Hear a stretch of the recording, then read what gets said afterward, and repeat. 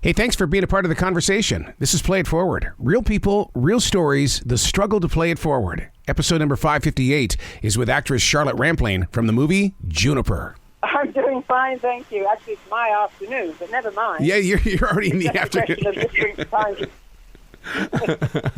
Yeah, I'm doing fine. I got to tell you, this movie touches me in a really incredible way because I lived that life of Sam where my grandmother and I had a moment, and I'm just so proud of Sam for hanging in there, and I just wish I could have had that same spirit as Sam does in this movie.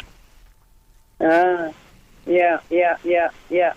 Great. It's lovely when stories really do resound in other people's lives. That's what makes cinema great, I think. Yeah. And what's interesting is that Matthew Seville, this is based on something that happened in his life, which even draws me even closer to the story.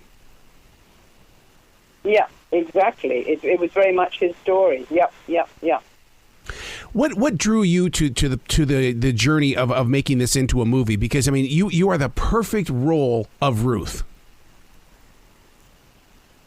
Well, I guess that's what I sort of felt when I first read the story, and it's one of those very simple stories. You start reading it, and you think, oh yeah, I think I know what's going to be happening here.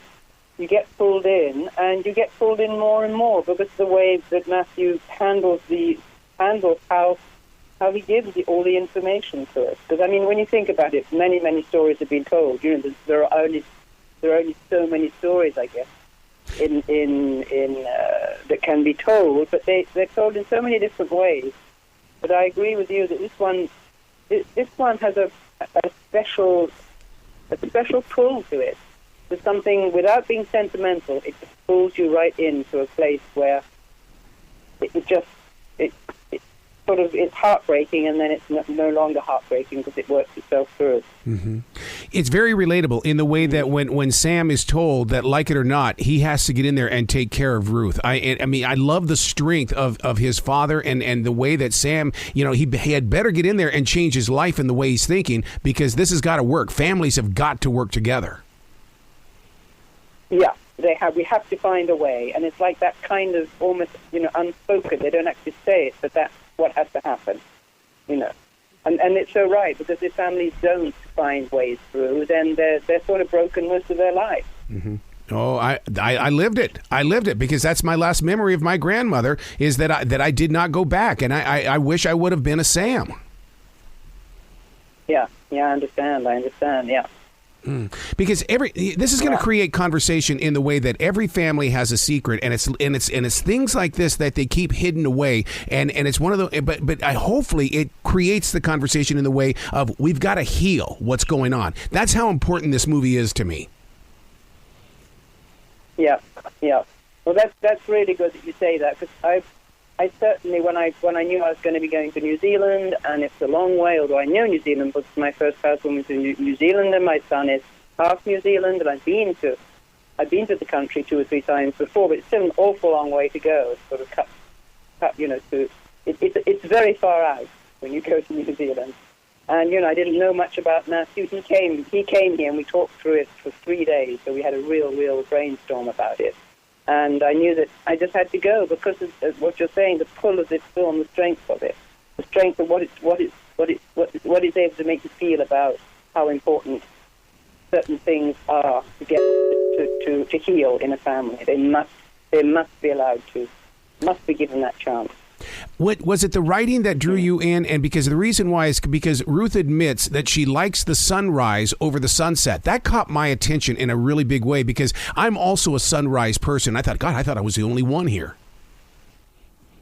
No, you're not the only one. I am too, right. Yeah, perhaps people just don't talk about it. Maybe that's more secret, but that's a good secret to have. You can just sit there quietly alone, and it's a very, very special moment. Yeah. And isn't it odd that how Ruth's character has, when she injures her leg, that's what really kind of breaks the ice and has to recreate this family. It almost always takes and it's almost, maybe this is a reminder, it may take a bad moment in order to create the happiest of times. Well, it usually does, and that's what, all the philosophies, say in their different ways, and all the psychologists say it too.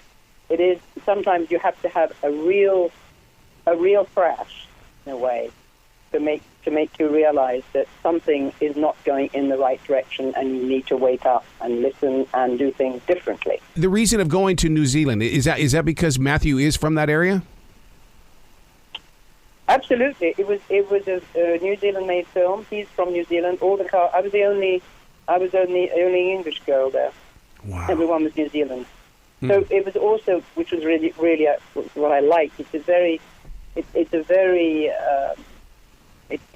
real experience, because it was not only his story in a way, obviously, change in the realization when actors come in, and it's not quite the same situation, but basically it was the same.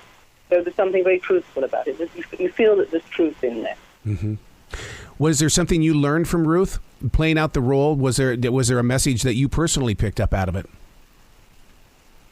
I'm sure. I don't know whether I can actually say, if I'm able to say what they are, but I know that when I take on characters, it's to go on a journey with them, for them to take me to places perhaps not necessarily that I haven't been to, but just go to the edge, mm-hmm. and maybe sometimes fall over and then get up again. Well, the movie is one of those films that has got to be experienced inside the theater. I mean, it really is a brilliant display. Everything in the background to right up close and personal. Juniper is just the movie to see. It's a great date night movie for every generation. Yeah, well, it's wonderful to hear you saying that, because I think it's a lovely film. When I saw it, I said, yes, this works. And you don't know, the screenplay to me works, which is always a great sign. But sometimes, if you have a good script that you really feel works as you're reading it, as the story unfolds and as the characters unfold, you have a good chance. Yeah. But you never know. You just never know if it will be a subject that actually will catch the audience in a particular way that make them feel like you're rather feeling, that it reminds you of something very deep that you hadn't really achieved and that you were sad about, and it brings it back. So when I saw the film, I said, yes, he got it. And I was really, really pleased. And he'd taken out scenes. He'd done a very clever edit. It wasn't exactly as the screenplay was. He'd done his own edit to pull you in more and more in a very, very minimalistic way, because he never likes one word too much, Matthew. He never likes overkill, and he doesn't like to be sentimental.